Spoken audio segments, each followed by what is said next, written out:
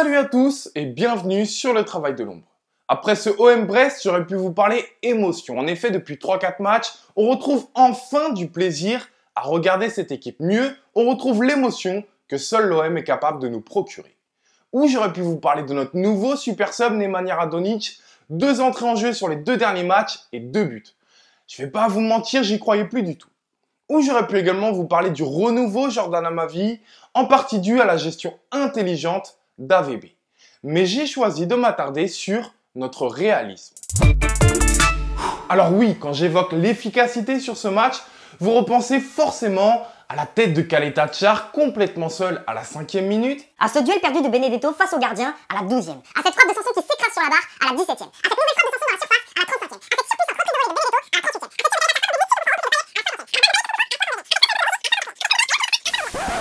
Bref, vous repensez aux 34 tirs dont seulement 10 ont été cadrés. Et vous avez totalement raison. Mais ce n'est pas de ce côté du terrain que notre efficacité m'interpelle le plus. Alors évidemment, il faudra se montrer beaucoup moins maladroit à l'avenir pour pas que ça nous joue des tours.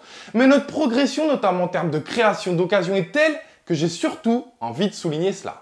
En revanche, de l'autre côté du terrain, notre efficacité défensive m'inquiète un peu plus. Comment, en dominant si outrageusement cette équipe brestoise, on a pu se mettre en danger de la sorte?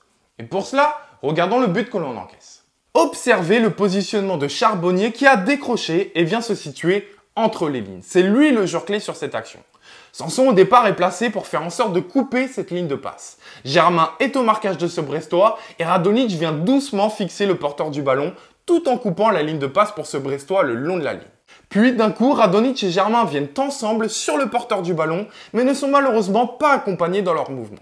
Ni par Sanson qui doit donc basculer plus rapidement sur ce Brestois, ni par Strootman qui doit accompagner le mouvement, être beaucoup plus proche de Charbonnier, reformant par le biais de ce mouvement notre triangle au milieu de terrain.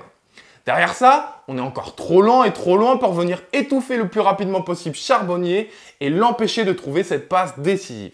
Ici, ce qui m'embête aussi, c'est le manque de communication et notamment de Caleta Char qui, dans sa position, voit tout et doit donc s'imposer de la voix pour guider ses partenaires. Et vous allez voir que ce décrochage adverse entre nos lignes où on ne sait pas vraiment comment se positionner vis-à-vis de ce mouvement et ce manque de communication ou de compréhension a déjà failli nous jouer des tours, notamment sur leur action la plus dangereuse en première mi-temps. Regardez ici, Amavi dit à Caleta Char de s'occuper du marquage de Charbonnier, volontairement positionné hors jeu. Sauf que, boum, le joueur qui est à la base à Amavi déclenche un appel contre appel en profondeur. Il est donc suivi logiquement par le Croate. Mais Amavi met beaucoup trop de temps à comprendre qu'il doit de nouveau permuter dans ce marquage et donc basculer sur Charbonnier.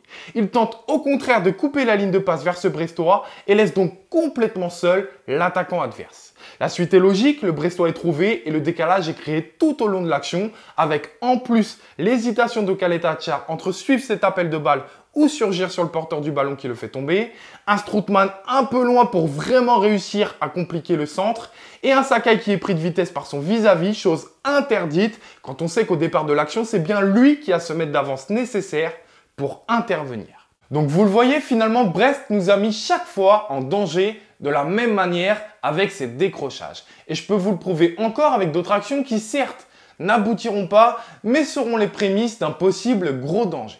Regardez encore une fois, boum, décrochage qui permet aux Brestois de se libérer et d'être trouvés. Caleta Char cette fois communique et demande à Strootman de sortir dessus.